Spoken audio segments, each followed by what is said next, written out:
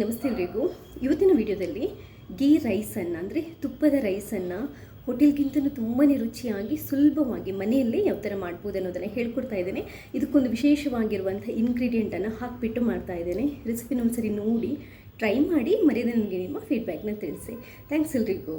ನೋಡಿ, ಗೀ ರೈಸ್ ಅಥವಾ ತುಪ್ಪದ ರೈಸ್ ಮಾಡಲಿಕ್ಕೆ ನಮಗೆ ಮೊದಲನೆಯದಾಗಿ ತುಂಬಾ ಮುಖ್ಯವಾದದ್ದು ಏನು ಅಂತಂದರೆ ಒಳ್ಳೆ ಕ್ವಾಲಿಟಿಯ ಬಾಸ್ಮತಿ ರೈಸ್.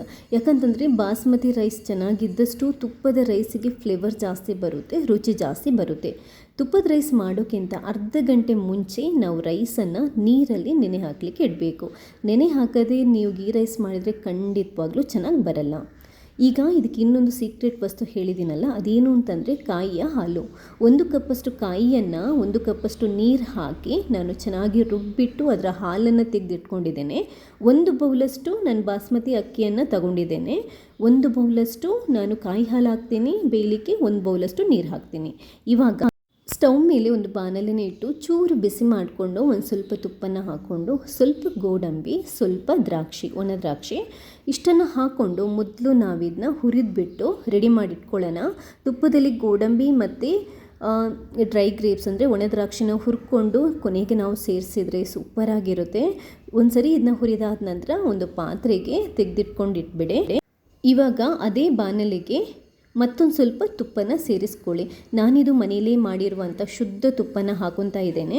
ಇದಕ್ಕೆ 1-2 ಪಲಾವ್ ಎಲೆ, 1 ತುಂಡು ಚಕ್ಕೆ, 1 ಸ್ಟಾರ್, ಒಂದು 3-4 ಲವಂಗ, ಅದಾದ ನಂತರ ಒಂದು 4-5 ಏಲಕ್ಕಿ, 2 ಹಸಿಮೆಣಸಿನ್ಕಾಯಿ. ಹಸಿಮೆಣಸಿನ್ಕಾಯಿ 1 ಹಾಕಿದ್ರೂ ನಡೀತದೆ, ರೈಸು ಸ್ವಲ್ಪ ಇದ್ದರೆ. ಒಂದು ಸ್ವಲ್ಪ ಜೀರಿಗೆ ಇಷ್ಟನ್ನು ಹಾಕ್ಕೊಂಡು ಫಸ್ಟು ಹುರಿದ್ಕೋಬೇಕು. ಈ ಗರಂ ಮಸಾಲೆ ಇಂಗ್ರೀಡಿಯೆಂಟ್ಸ್ದು ಫ್ಲೇವರ್ ಇದೆಯಲ್ವ ತುಪ್ಪದಲ್ಲಿ ಬಿಡಬೇಕು. ಮೀಡಿಯಮ್ ಉರಿಯಲ್ಲಿ ಇಟ್ಕೊಂಡು ಹುರಿದ್ಕೊಳ್ಳಿ.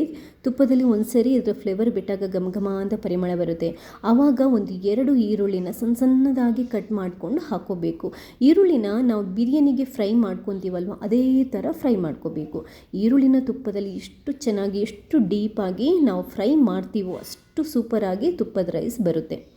ಚೆನ್ನಾಗಿ ಈರುಳ್ಳಿನ ಫ್ರೈ ಮಾಡಿ ಆದ ನಂತರ ಒಂದು ಸ್ವಲ್ಪ ಬೇಕಾದರೆ ಶುಂಠಿ ಬೆಳ್ಳುಳ್ಳಿ ಪೇಸ್ಟನ್ನು ಹಾಕೋಬೋದು. ಇದು ಆಪ್ಷನಲ್, ಕೆಲವರು ಹಾಕ್ಕೊತಾರೆ, ಕೆಲವರು ಹಾಕ್ಕೊಳ್ಳಲ್ಲ.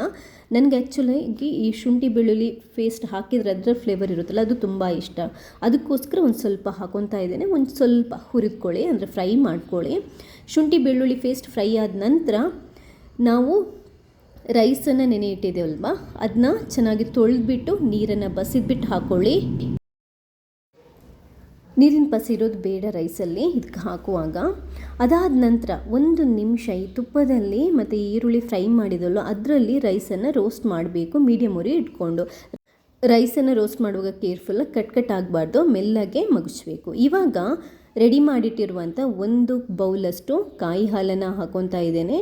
1 ಬೌಲಷ್ಟು ನೀರನ್ನು ಹಾಕೊತಾ ಇದ್ದೇನೆ. ನಾನು ರೈಸ್ ಹಾಕ್ಕೊಂಡಿರೋದು 1 ಬೌಲು. ಅದರಿಂದ 1:2 ನಾವು ಓಪನ್ ಪಾತ್ರೆಯಲ್ಲಿ ಬೇಯಲಿಕ್ಕೆ ಇಡೋದ್ರಿಂದ ಬಾಸ್ಮತಿ ರೈಸಿಗೆ 1:2 ನೀರು ಹಾಕೋಬೋದು. ಕುಕ್ಕರಲ್ಲಾದರೆ 1 ಬೌಲ್ ರೈಸಿಗೆ 1.5 ಕಪ್ಪಷ್ಟು ನೀರನ್ನು ಹಾಕೋಬೋದು. ಸ್ವಲ್ಪ ಉಪ್ಪು, 1/4 ಟೇಬಲ್ ಸ್ಪೂನಷ್ಟು ಉಪ್ಪು, 1/4 ಲಿಂಬೆ ರಸನ ನಾನು ಹಾಕೊತಾ ಇದ್ದೇನೆ. ಒಂದು ಸ್ವಲ್ಪ ಸಕ್ಕರೆ, ಸ್ವೀಟಿಶ್ ಫ್ಲೇವರಿಗೆ ಹಾಕೊತಾ ಇದ್ದೇನೆ. ನೀವು ಸಕ್ಕರೆಯನ್ನು ಸ್ಕಿಪ್ ಮಾಡ್ಬೋದು, ನನಗೆ ಆ ಫ್ಲೇವರ್ ಇಷ್ಟ, ಅದಕ್ಕೋಸ್ಕರ ಹಾಕೊತಾ ಇದ್ದೇನೆ. ಹಾಗೆ ಒಂದು ಸ್ವಲ್ಪ ಮೇಲ್ಗಡೆಯಿಂದ ತುಪ್ಪನ ಹಾಕಿಬಿಟ್ಟು ಒಂದು ಸರಿ ಮಗಚ್ಬಿಟ್ಟು ಈ ಮುಚ್ಚಳನ್ನು ಮುಚ್ಚಿಬಿಟ್ಟು ಕಮ್ಮಿ ಉರಿಯಲ್ಲಿ ಸ್ಟೀಮಲ್ಲಿ ನಾವು 20 ನಿಮಿಷ ಬೇಯಿಸಬೇಕು. 20 ನಿಮಿಷ ಕಮ್ಮಿ ಉರಿಯಲ್ಲಿ ಮುಚ್ಚಿಟ್ಟು ಬೇಯಿಸಿದಾಗ ರೈಸ್ ಎಷ್ಟು ಪರ್ಫೆಕ್ಟಾಗಿ ಬೆಂದಿರುತ್ತೆ ನೋಡಿ. ಕುಕ್ಕರಲ್ಲಾದರೆ 2 ವಿಷಲ್ ಸಾಕು. ನೋಡಿ, ರೈಸ್ ನೋಡಿದರೆ ಗೊತ್ತಾಗುತ್ತೆ ತುಂಬಾ ಚೆನ್ನಾಗಿ ಬಂದಿದೆ. ಒಂದು ಸರಿ ಮಗುಚ್ಕೊಳ್ಳಿ. ಹಾಗೆಯೇ ಗೋಡಂಬಿ ಮತ್ತು ದ್ರಾಕ್ಷಿಯನ್ನು ಹಾಕ್ಕೊಳ್ಳಿ. ನೋಡಿ, ಸೂಪರ್ ಆಗಿರುವಂಥ ರುಚಿಯಾಗಿರುವಂತಹ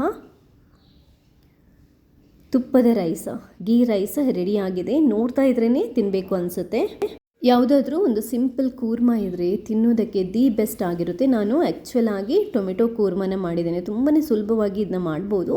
ನೆಕ್ಸ್ಟ್ ವೀಡಿಯೋದಲ್ಲಿ ನಾನು ಖಂಡಿತವಾಗ್ಲೂ ಆ ರೆಸಿಪಿ ಕೂಡ ಹೇಳ್ಕೊಡ್ತೇನೆ. ಇವತ್ತಿನ ರೆಸಿಪಿ ಇಷ್ಟ ಆದರೆ ಲೈಕ್ ಮಾಡಿ, ಬೇರೆಯವರಿಗೆ ಶೇರ್ ಮಾಡಿ. ಥ್ಯಾಂಕ್ಸ್ ಎಲ್ರಿಗೂ.